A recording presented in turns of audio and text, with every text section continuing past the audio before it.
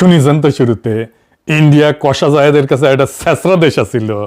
ছেঁচড়া মানে জানেন তো, নিজ প্রকৃতির মানুষ, চরিত্রহীন বা লজ্জাহীন মানুষ, প্রতারক বা ঠকানোর স্বভাব আছে এরকম ব্যক্তি, বা ঋণ শোধ করতে অনীহা বা টাল বাহানা করে, ইতর বলা যায় আর কি। কলকাতায় আবার এই শব্দটা কিন্তু এত খারাপ অর্থে ব্যবহার করা হয় না, আমরা যে অর্থে ব্যবহার করি। ছেঁচড়া এটা কলকাতার খাবারের নাম, জানেন তো? জানেন না? খাইতে গেলে ভালোই, মাছ আর সবজি দিয়ে একটা রেসিপি আর কি। এডিটর সাহেব এনা দেখান। অনুষ্ঠান বাড়ির মতো মাছের মাথা দিয়ে ছেঁচড়ার রেসিপি আমাকে অনেকেই রিকোয়েস্ট করেছিলেন, তাই চেষ্টা করেছি একদম সহজ পদ্ধতিতে রেসিপিটা করে দেখানোর। আর আজকে আমাদের রেসিপি অনুষ্ঠান বাড়ির মতো মাছের মাথা দিয়ে ছেঁচড়া।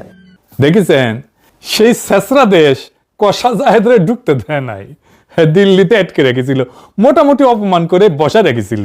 এখন কথা হইতেছে, কেন তারে এইভাবে বসায় রাখলো, অপমান করলো, কেনই বা তারে ঢুকতে দিল না? আসলে কি হয়েছে সেটা তো আর আমাদের জানার কথা না, কিন্তু আমি যে কাহিনী কব সেটা মিলাই দেখবেন, মিলে কিনা, মিলে যাবে দেখবেন। আসেন আমরা একসাথে সেটা আবিষ্কার করি, কষা জাহেদরে কেন দিল্লিতে আটকে রাখা হইলো। আপনারা প্রথমে দেখলেন কষা জাহেদ ইন্ডিয়ারে ছেঁচড়া করতেছে, এমন ভিডিও তো দেখছেন। গত বছর সেপ্টেম্বর মাসে খাগড়াছড়িতে কিছু ঘটনা ঘটেছিল, 3 জন মারা গেছিল। সেই সময় ইউনূস সরকারের স্বরাষ্ট্র উপদেষ্টা কইছিল এইটায় ভারতের সংশ্লিষ্টতা আছে, মনে আছে না? একটা গ্যাঞ্জাম হয়েছিল। সেই সময় কষা জাহেদ একটা ভিডিও বানাইছিল, ওই টাইমে তো দিনে 2-3টে করে ভিডিও বানাইতো। ওই কইছিল সে ভিডিওতে, স্বরাষ্ট্র উপদেষ্টা বলছেন যে এখানে ভারত এবং ফ্যাসিস্টের দোসরেরা জড়িত আছে। আমি মনে করি ওই কষা জাহেদ করছে, আমি মনে করি থাকতেই পারে। বাংলাদেশে যেখানে কোনো একটা কেওয়াস বা বিশৃঙ্খলা তৈরির সম্ভাবনা আছে, সেখানে আওয়ামী লীগ এবং তার টাকা কাজ করবে, সেখানেই ভারত কাজ করবে, এটা নিয়ে আমার ন্যূনতম কোনো দ্বিধার কিছু নাই। কষা জাহেদ নিজে কইছিল, আরো কইছিল পাহাড়ে বা আমাদের দেশে আগে যখন ইনসার্জেন্সি বিদ্রোহ ছিল, তখন ভারত প্রত্যক্ষভাবে তাদের মদত দিছে, এগুলো আমাদের জানা তথ্য। সুতরাং ভারত এখনকার প্রেক্ষাপটে বাংলাদেশকে চাপে রাখার জন্য এমন কিছু করবে না, এটা আমি মনে করি না। করতেই পারে, কিন্তু সরকারের এই কাজগুলো অনেক আগে থেকে বুঝে প্রিএমটিভ স্টেপস নেওয়ার দরকার ছিল। ঘটনা ঘটার পরেও এমনভাবে পরিস্থিতি নিয়ন্ত্রণে নেওয়া দরকার ছিল যাতে অন্তত জানমালের ক্ষয়ক্ষতি না হয়। আমরা মর্মান্তিকভাবে 3 জন মানুষ মারা যেতে দেখলাম, সেই ঘটনাগুলো যেন না ঘটে। এই কথাই কইছিল, আমার কথা বিশ্বাস করার দরকার নাই, তার নিজের মুখে শোনেন, এইটা সে দেখান। আমরা স্বরাষ্ট্র উপদেষ্টাকে কথা বলতে দেখলাম, তিনি বলছেন যে এটার সাথে ভারত এবং ফ্যাসিস্টের দোসররা জড়িত আছে। আমি মনে করি থাকতেই পারে। বাংলাদেশে যেখানে যেখানে কোনো একটা কেওস তৈরির সম্ভাবনা আছে এবং এই কেওসটাকে আরও বেশি খারাপ করে তোলার সম্ভাবনা আছে, সেখানেই আওয়ামী লীগ এবং তার টাকা কাজ করবে, সেখানেই ভারত কাজ করবে। এটা নিয়ে আমার কোনো ন্যূনতম কোনো দ্বিধার কিছু নেই। আর পাহাড়ে আমাদের আগে যখন ইনসার্জেন্সি ছিল, তখন ভারত প্রত্যক্ষভাবে সেটা মদত দিয়েছে, এগুলো আমাদের জানা তথ্য।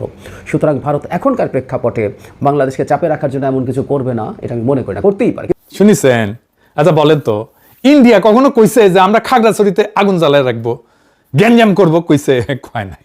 তাও কষা জাহেদ কইতেছে ইন্ডিয়া এটা করতেই পারে। ইন্ডিয়া কয় নাই, তারপরেও কইতেছে ইন্ডিয়া এটা করতেই পারে।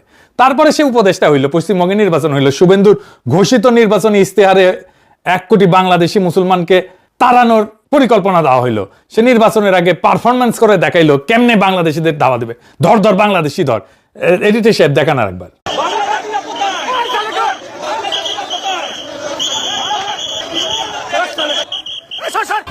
বাংলাদেশি মুসলমান, সব বাংলাদেশি মুসলমান,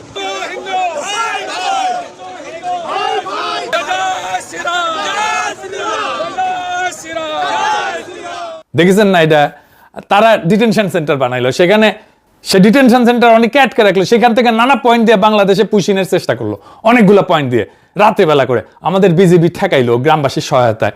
অনেক পরিবার নোম্যান্স ল্যান্ডে অবর্ণনীয় কষ্টে দিনের পর দিন কাটাইলো, আমরা দেখছি না? শুভেন্দু দাবি করলো 5000 পুশব্যাক করেছে, এর মধ্যেই কোনটিতে ঢুকিছে কে জানে। আর এই কষা জাহেদ কইলো ইন্ডিয়া ইচ্ছা করে না এটা। ঠিক একই সময় আসলো ইন্ডিয়ার নতুন হাই কমিশনার। সে কি বললো জানেন? আসেন সেটা। সে কইলো আমাদের যা পপুলেশন আছে 140 কোটি, মানে ইন্ডিয়ার, তার সঙ্গে 20 কোটি অ্যাড করছি, মানে 160 কোটি। আমি এখানে যা করতে চাই তা সব একসঙ্গে হবে, আলাদাভাবে ভাবছি না। দেখছেন না আমি হেঁটে চলে আসছি, একই আকাশ, একই বাতাস, একই যন্ত্রণা। আমাদের যন্ত্রণা কিভাবে এক হয় রে হারামজাদা? আমাদের যন্ত্রণা তো ইন্ডিয়া, আমাদের স্বপ্ন কিভাবে এক হয় রে হারামজাদা? তোদের স্বপ্ন তো অখণ্ড ভারত। তোর আর আমার স্বপ্ন, তোর আর আমার যন্ত্রণা কি এক নাকি রে হারামজাদা? আমি একটাই কথা বলতে পারি, আমাদের যা পপুলেশন আছে 140 কোটি, আর ওতে আমি 20 কোটি অ্যাড করে দিই, তাহলে 160। আমি যা এখানটা করতে চায় ওইটা 140 নয় 60 অ্যাডেড, এখান থেকে 20 অ্যাড করে দিচ্ছি, তাহলে যা হবে একসঙ্গে হবে, বুঝেছো? আলাদাভাবে আমি ভাবছি না, আমার মনে ওইটা ঢুকছেই না। দেখুন তো হেঁটে চলে এলাম, মনে হচ্ছে না যে আমি বাংলাদেশে এসেছি। ওইটা দেখতে হলো, তাকে বললো হ্যাঁ আপনি বাংলাদেশের বর্ডারে, এমনি মনেই হচ্ছে না। সবসময় আমি বলি একই আকাশ, একই বাতাস, একই যন্ত্রণা। তাহলে আমরা মিলে মিশে ভিসার সব বললে আমার সব মাথায় আছে, একটা খালি বলে যায় সবাই খুশি হবে, ওই কাজটা করবো। আবার দেখেন এক সাংবাদিক, বাংলাদেশের সাংবাদিক কি কয় দেখেন, কয় আমরা ছোট রাষ্ট্র, আপনারা আমাদের পাশে বৃহৎ শক্তি, আপনারা আমাদেরকে লালন পালন করবেন। শুনেন, আমরা ছোট্ট রাষ্ট্র, আপনারা আমাদের পাশে বৃহৎ শক্তি, আপনারা আমাদেরকে লালন পালন করবেন, আপনারা আমাদেরকে লালন পালন, আপনারা আমাদেরকে লালন পালন, আপনারা আমাদেরকে লালন পালন করবেন। শুনেছেন? কোনো রাগঢাক নাই, সরাসরি প্রকাশ্যে গোলামের মতো করে মনিবের উদ্দেশ্যে বলল আপনারা আমাদেরকে লালন পালন করবেন। ওই সাংবাদিকের নাম জানেন? হ্যাঁ, ওর নাম হইতেছে বকুল মাহবু। ওটা যেটি পাবে না ঠ্যাং ভেঙে দেবেন, টেংরি ভেঙে দেবেন। হারামজাদা ইন্ডিয়ার দালাল।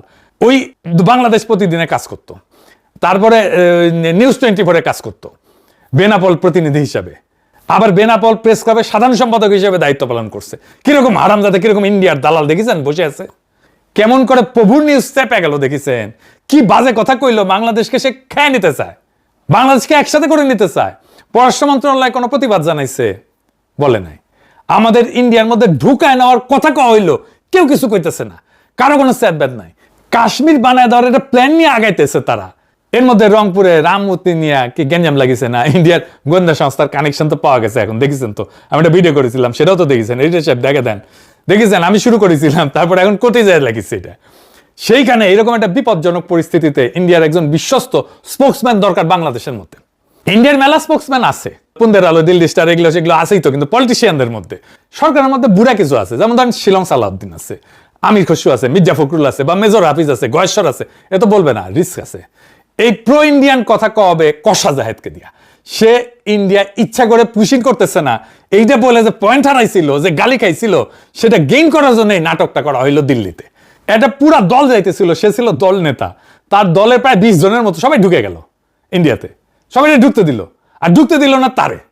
সে রাগ করে দেশে প্রেস্টিজ বাঁচানোর জন্য চলে আসলো, আর চারিদিকে ধন্য ধন্য পড়ে গেল, ধন্য ধন্য বলি সবে।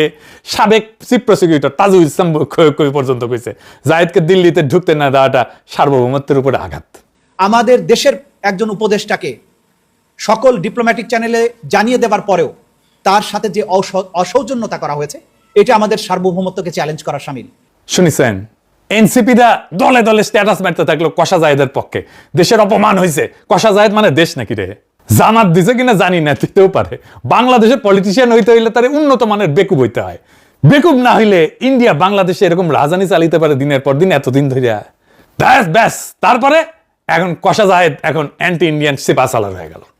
নিজের কাণ্ডজ্ঞান দিয়ে বলেন তো সে যাবে, এটা কূটনৈতিক চ্যানেলে জ্বালানো হয়েছে, সে নিজেই বলছে। শোনেন, আমার তো একটা ডেলিগেটকে লিড করছে, আমার সাথে আরো মানুষজন ছিলেন, তারা তাদের ইমিগ্রেশন পার করে চলে গেলেন। আমার ইমিগ্রেশন যখন শুরু হলো, আমি মুহূর্তেই বুঝতে পারলাম তারা দেরি করছেন, তাদের সময় লাগছে। আমাদের হাই কমিশনার প্রথম থেকে আমার সাথে ওখানে ছিলেন, পুরো সময়টা হাই কমিশনার পাশে ছিলেন। তিনি তার জায়গা থেকে সলভ করার চেষ্টা করেছেন বিভিন্ন জায়গায় ফোন করে।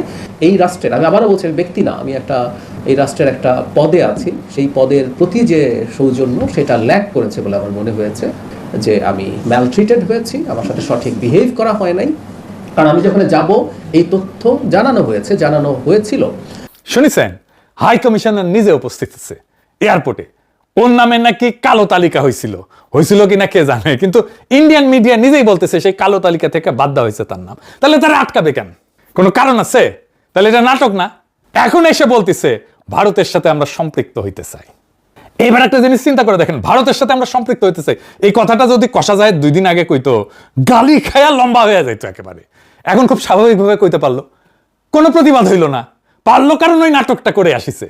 কইতেছে কি, ভারতের সঙ্গে আমরা এনগেজ করতে চাই, আমাদের সমমর্যাদার ভিত্তিতে আমরা ব্যবসা বাণিজ্য সহ আরো অনেক কিছুতে আমাদের উন্নতি করার সুযোগ আছে।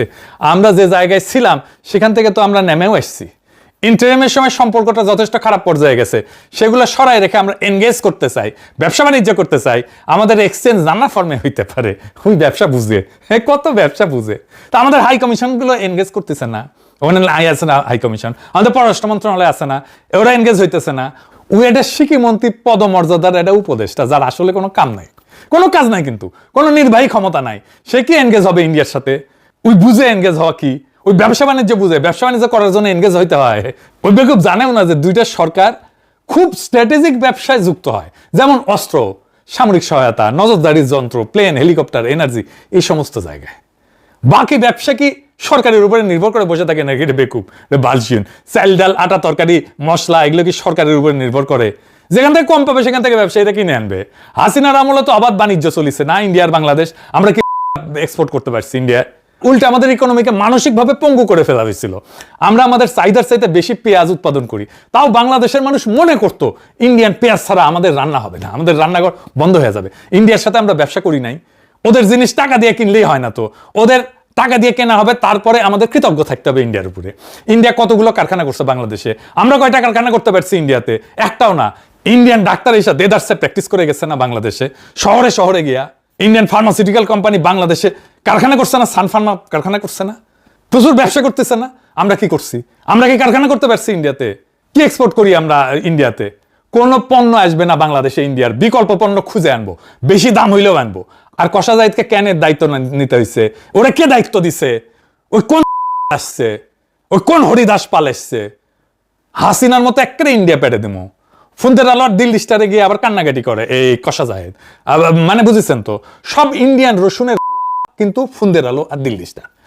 উটি যে যাবি, সে যে জামাত হোক, এনসিপি হোক, বিএনপি হোক, যেই হোক, মনে রাখবেন ওই লোকের, ওই পলিটিশিয়ানের টিকি বান্ধা আছে ইন্ডিয়ার কাছে। খেয়াল রাখবেন কে যাচ্ছে পুন্দের আলো আর দিল্লি স্টারে, তারা কখনো বিশ্বাস করবেন না, যেই দলের হোক না কেন, যত বড় নেতা হোক না কেন। এবার আসেন এই ত্রিবেদী বাবুরে নিয়ে কি হইতেছে। দয়াল বাবা ওর শখ হয়েছে কলা খাবি বাংলাদেশের, তো গাছ লাগে খা। দয়াল বাবা কলা খাবা, গাছ লাগায় খাও, পরের গাছে পানে কেন মিটমিটায় চাও রে বাবা। তোমার কলা তো ছোলা না, বাংলাদেশে পাবলিক কলে চুলে দিবে তোমার কলা। আবার কইতে পারো এত বেশি চুল কেন, এবার বুঝে দাও। আমার হয়েছে যন্ত্রণা। এই যে বইটা দেখেছেন, এই বইটা এই যে ইনশাল্লাহ বাংলাদেশ, বাংলাদেশের বর্ষা বিপ্লব নিয়ে লিখেছে ইন্ডিয়ান এক সাংবাদিক, রয়ের প্রজেক্ট।